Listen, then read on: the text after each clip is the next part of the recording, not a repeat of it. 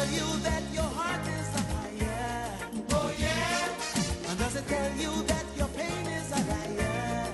Oh yeah. Vintage David Rudder from 1987, as we reach almost the top of the hour with a discussion now that celebrates the 25th anniversary of PAVI, persons associated with visual impairment. They observed that 25th anniversary yesterday, and most appropriately, Bhawani Persad, who is the president of PAVI, joins us now via Zoom to highlight the achievements, the initiatives, the challenges of PAVI, and indeed the broader issue of the challenges faced by persons with visual impairment in Trinidad and Tobago. Good to have you with us this morning, Bhawani.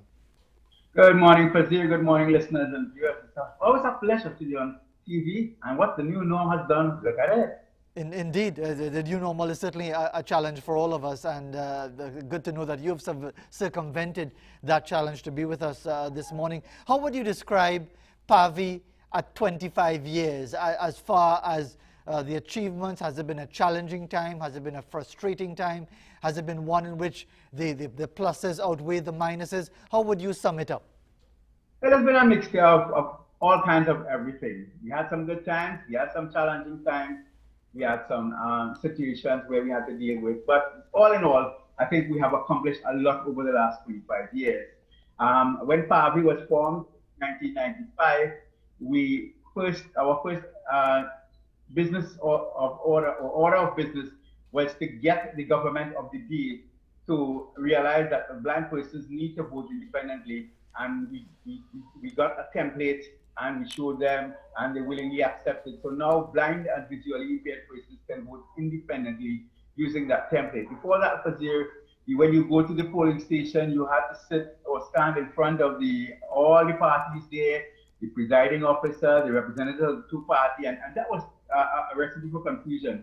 Because, for example, if I voted for Party A representative and I went to Party B, they could tell me, look, you didn't vote for me, so why come to me? You understand? So all of these things were eliminated through the use of the template, which is now being used widely and extensively by us here in Trinidad and Tobago, and there are similar patterns throughout the Caribbean that are now putting into place the template mode. Apart from that, we've worked with all sectors of the community in terms of visual impairment. We've had support groups.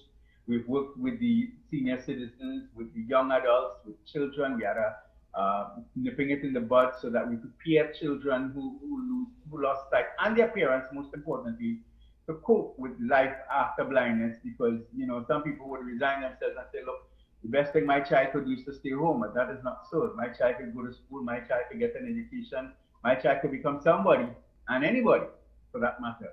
And we've seen it over time that children have excelled, children have done well in C exams, they've done well in other exams, CXC, etc. So the window of opportunities are there.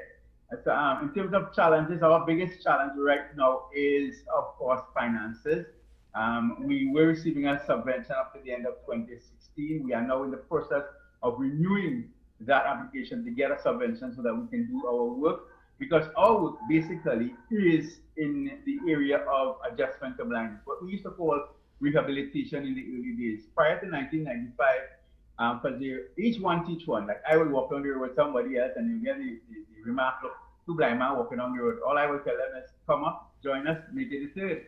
But each one teach one. However, we decided, thanks to the Caribbean Council for the Blind, to initiate programs of proper training, proper cane techniques, education programs, so people will not jump over the cane. People will not see the cane as an obstacle to be dog or whatever, but see it as an avenue that, look, there are blind and visually impaired persons among us. They too have the right to use the streets and anything else that we use as quote-unquote normal citizens, and therefore we should give them the opportunity. We work with young adults to empower them so that some of them have taken their rightful place in society, some of them have taken their rightful place in the job market. When we refer to people, Carlos Green is one classic example of an individual who excelled. He lost his sight at age 30 plus. He was happily married, etc. Today, of course, we know him as a power lifter. We know him as a sportsman in true sense of the word. And it is thanks to PAVI that he was able to empower himself, to be motivated and encouraged, and the support of his family, and he's done well. So we've done some great work, not just here in Trinidad and Tobago. We work with our partners in the Caribbean, for we are a member of the Caribbean Council for the Blind.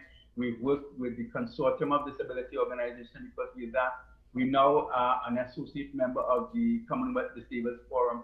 So all in all, we are doing things and we have done things and we continue to do things that will enhance and empower the lives of persons with visual impairment. And Bhawani, I know you're a cricket man. You've been involved with blind World Cups and so on. So let me ask you the question with a cricketing analogy. I've given you a new ball in your hand. You're coming off the long run this morning. And to bowl one delivery, what would be that issue for you that you would like to deliver as we observe this 25th anniversary? This issue as far as providing services for persons with visual impairment with that new ball in hand, what would be that priority delivery for you?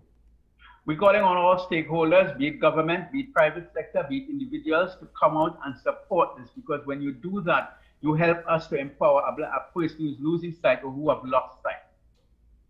And when you talk about dealing with that, how much of that is hampered, Bhawani Persad, by administrative issues? And the reason I bring that up is because every so often you hear about a tug of war administratively in the Blind Welfare Association. Now, I know you are PAVI, which is a different organization, but is there an issue that hampers the growth and the development of services to persons with visual impairment, which is really what should be all about? Is there too much administrative pulling and tugging and battling for positions and authority that hampers the growth of this important service? No, thankfully, because of my style of leadership, where consultation is the name of the game, where we are on the same page as a board, as an executive, we do not have any major conflicts administratively. And even right now, where we're working with limited staff and all of that, we're handling things pretty well under the circumstances, given the new norm.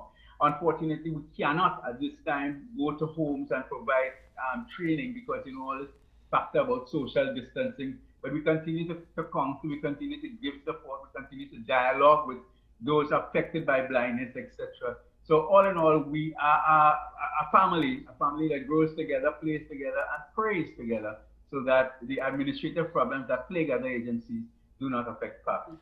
And if anyone wants to get more information, if anyone recognizing the work of PAVI and noting the 25th anniversary wants to know how they could offer their services personally or maybe provide some further assistance to the organization, what do they have to do to make contact with PAVI?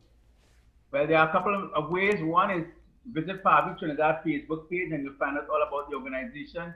Two is call our office between 9 a.m. and 3 p.m. Monday to Friday to find out how you can become involved, whether as a volunteer, whether as a donor, etc. And if you have a family member who's losing sight or who've lost sight, we want to know of them as well, because we have support groups, as I said, and we can get the support group members to talk with them, and to encourage them and to motivate them. And three, according to Max and House, we need the money so that we can continue to deliver services and programs to the blind and visually impaired community.